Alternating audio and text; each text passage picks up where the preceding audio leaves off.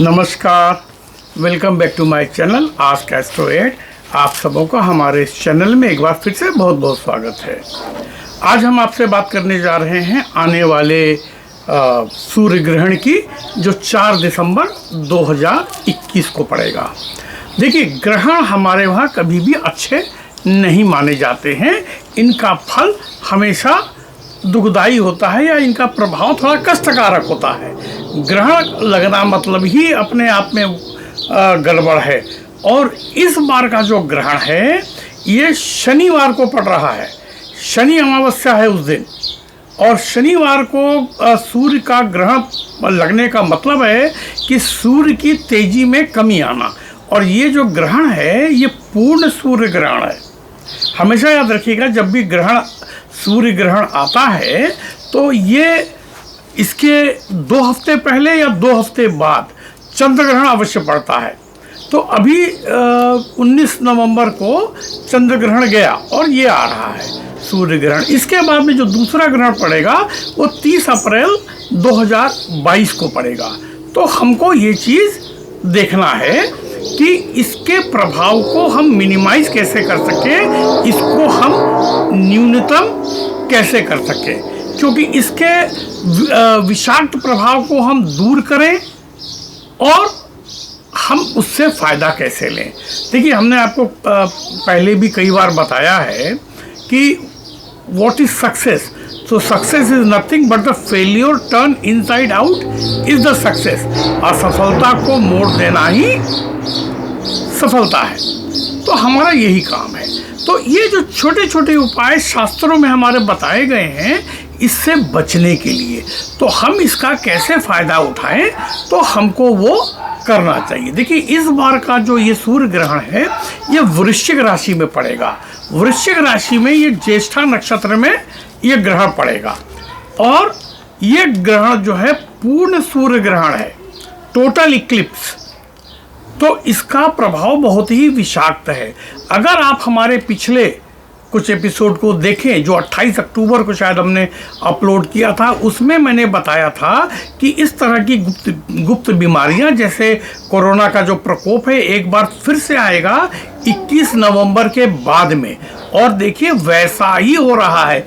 और ये जो नया वेरिएंट आया है ये भी आप देखेंगे तो इसी के बाद में ही इसका पता लगा। 21 नवंबर के बाद से दोबारा से इन्फ्लक्स है और बहुत से शहर वापस ये जो है लॉकडाउन की स्थिति में आने वाले हैं। तो ये जो ग्रहण है ये इसके प्रभाव में वृद्धि करेगा। ये चूंकि शनिवार को पड़ रहा है, शनि अमावस्या को पड़ रहा है और ग्रहण है और ये वृश्चिक राशि में, तो वृश्चिक राशि का जो मालिक है वो है मंगल। मंगल जो है बहुत ही मारक ग्रह है। तो शनिवार को पड़ रहा है, मंगल के साथ में पड़ रहा है, तो एक तरह का शनि मंगल षडाष्टक योग भी बनाता है। तो इससे बचने के लिए क्या करा जाए। देखिए, सूर्य जो है शनि का पिता है, तो इनकी आपस में तो बनती नहीं है, तो ये हर तरह से दुखदाई होगा। तो खास तौर पे ऐसे लोगों को जो स्ट्रोक के मरीज़ हैं, जो पैरालिसिस के मरीज़ हैं, जो हार्ट के मरीज़ हैं, जो किसी भी इन्फेक्शन डिजीज़ के मरीज़ हैं, जिनको दिल की बीमारी है या जो कमर से नीचे किसी न किसी रोग से या गुप्त रोगों से परेशान हैं, उनमें ये वृद्धि करेगा। छूत के रोगों में ये वृद्धि करेगा। तो क्या करना चाहिए, तो इसके कुछ चीज़ें हैं जो मैं वीडियो के आखिर में आपको इसका छोटा छोटा है और सरल उपाय बताऊंगा, जिससे आप न सिर्फ अपने ऊपर पड़ने वाले विषाक्त प्रभावों को आप दूर कर सकेंगे, इससे मुक्त हो जाएंगे और उल्टे आप वो लाभ की स्थिति में आ जाएंगे। वैसे वृश्चिक राशि वालों के लिए और ज्येष्ठा नक्षत्र में उत्पन्न लोगों के लिए यह ग्रहण बहुत लाभदायी होने जा रहा है। लेकिन उसके बावजूद इन सबों को एक सावधानी अवश्य बरतनी है कि दिन के समय ग्रहण के टाइम में गर्भवती स्त्रियों को खास तौर पे बाहर नहीं निकलना चाहिए। इनको डायरेक्ट सन रेज में नहीं आना चाहिए। जो लोग काम कर रहे हैं across cast colour creed and religion. अगर आप अपने पॉकेट में 2 हरी इलायची या मुंह में 1 जोड़ा लौंग आप रख करके जाएं तो इसके प्रभाव में आप कमी कर पाएंगे। अब ये जो ग्रहण है ये भारतवर्ष में लगेगा सवेरे 10:59 10:59 AM मॉर्निंग में, ये जो है पहला लगेगा। दूसरा इसका जो विजिबिलिटी शुरू होती है वो 12:30 मध्याह्न में है, और पूर्ण सूर्य ग्रहण की जो स्पर्श है वो 1:03 मध्याह्न में है, और 3:07 मध्याह्न गोधूली वेला में ये ग्रहण खत्म हो जाएगा। अब पहली बात आप ये समझें कि ये जो ग्रहण लग रहा है ये पूरे एशिया में, पूरे यूरोप में, पूरे अमेरिका में कहीं नहीं दिखेगा, इसलिए इसका सूतक का प्रभाव भी नहीं पड़ेगा। ये ग्रहण लगेगा अर्जेंटीना के दक्षिणी छोर से, फॉकलैंड आइलैंड से लेकर के अंध महासागर, अटलांटिक सागर से होते हुए ये जो है गुजरेगा, और अफ्रीका के नामीबिया और साउथ अफ्रीका, लेसेथो इत्यादि देशों से होते हुए ये हिंद महासागर होते हुए ऑस्ट्रेलिया के दक्षिणी हिस्से में विक्टोरिया और न्यू साउथ वेल्स का दक्षिणी किनारा और क्वींसलैंड का दक्षिणी पूर्वी किनारा, ये यहाँ पर होते हुए ये समाप्त हो जाएगा। ये मुख्य रूप से पड़ेगा एंटार्क्टिका के ऊपर में। जो पूर्ण सूर्य ग्रहण का जो पाथ है, जो मार्ग है, वो है एंटार्क्टिका के ऊपर में। एंटार्क्टिका के ऊपर ही ये मुख्य रूप से लगेगा। लेकिन जब भी ये ग्रहण लगते हैं तो इसका प्रभाव सूतक लगे या नहीं लगे, लेकिन इसका प्रभाव विश्वव्यापी होता है, कोई भी आदमी इसके प्रभाव से बचता नहीं है। और ऑस्ट्रेलिया में, ऑस्ट्रेलिया के विशेषतः पश्चिमी भाग में हम ये देखेंगे कि महीने भर के भीतर में तमाम तरह की बाढ़ या अतिवृष्टि, पानी का बरसना और इस तरह की प्राकृतिक आपदाओं का ऑस्ट्रेलिया को सामना करना पड़ेगा। चाइना, भारत और यूरोपियन देशों में इस गुप्त रोगों का काफ़ी प्रभाव रहेगा, और इसका जो है राजनीतिक बहुत ज़्यादा उथल पुथल का समय बनेगा। तमाम तरह की गुप्त रोगों के ऊपर में ये जोर पकड़ेगा। तो इन चीज़ों से और इस छूत के रोग से बचने के लिए डरने की ज़रूरत नहीं है। आप हमारा पिछला वीडियो देख लीजिए, उसमें मैंने छोटे छोटे उपाय बताए हैं। अगर आपने टीका लगाया है और वैक्सीनेशन कराया है और अपना अगर आपने हाइजीन का ख्याल रखा है तो आपको डरने की आवश्यकता नहीं है।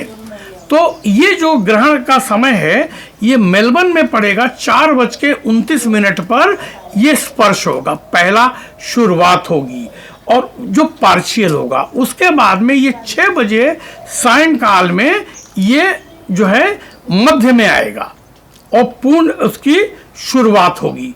टोटल इक्लिप्स का समय जो शुरू होगा ये पार्शियली विजिबल है यहाँ पर विक्टोरिया में। उसके बाद में इसके ग्रहण के अंत की शुरुआत जो है ये 7:06 पे होगी, और 8:37 पे ग्रहण पूर्ण रूप से समाप्त हो जाएगा। तो इस दौरान कोशिश कीजिए, जो हमने आपको इंडिया का समय बताया, ऑस्ट्रेलिया का समय बताया है, बाकी लोग अपने अपने वहाँ का देख लें, लेकिन ये वो समय है जिस समय मुख्य रूप से ग्रहण का प्रभाव विश्व में पड़ेगा। तो इसको थोड़ा सा आप देखें तो इस समय गर्भवती स्त्रियों को, छोटे बच्चों को खुली धूप में जाने से बचना चाहिए। और जिन लोगों को बहुत ही ज़रूरत है तो जैसा मैंने बताया 2 लौंग या 1 तुलसी का पत्ती मुंह में रख के जाएं। और घर में जो खाना है इस दौरान खाना बनाने से बचना चाहिए। बाकी आपको सारे जो छोटे उपाय हैं वो आपको हमारे पिछले जो सूर्य ग्रहण और चंद्र ग्रहण के जो वीडियो हैं उसमें आप देखेंगे। तो उपाय बचाव के और सुरक्षा के वही है।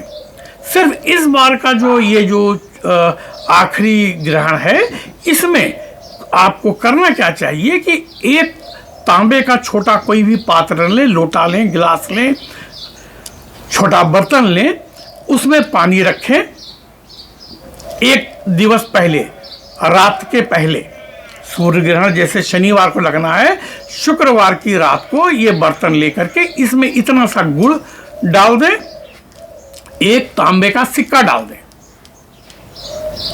और इसको आप या तो अपने पूजा स्थान में, आपका उपासना स्थल कोई भी हो सकता है, हिंदू मुस्लिम सिख ईसाई में किसी की बात नहीं कर रहा हूं, आप कहीं भी रख सकते हैं, काम हर एक के लिए वही करेगा। तो वो रख दीजिए और अगले दिन सवेरे जब ग्रहण का टाइम खत्म हो जाए तो आप अपने नहाने में ये जो एक लोटा पानी रखा है, ये घर में अगर 15 आदमी हो तो उस लोटे के पानी को 15 आदमी भी बांट सकते हैं। थोड़ा थोड़ा पानी ले लें और अपने नहाने का पानी में मिला के सिर से स्नान कर लें, तो इसके जो दुष्प्रभाव हैं वो खत्म हो जाएंगे, बच जाएंगे और आपको ये सब तरह की बीमारियों से बचाएगा।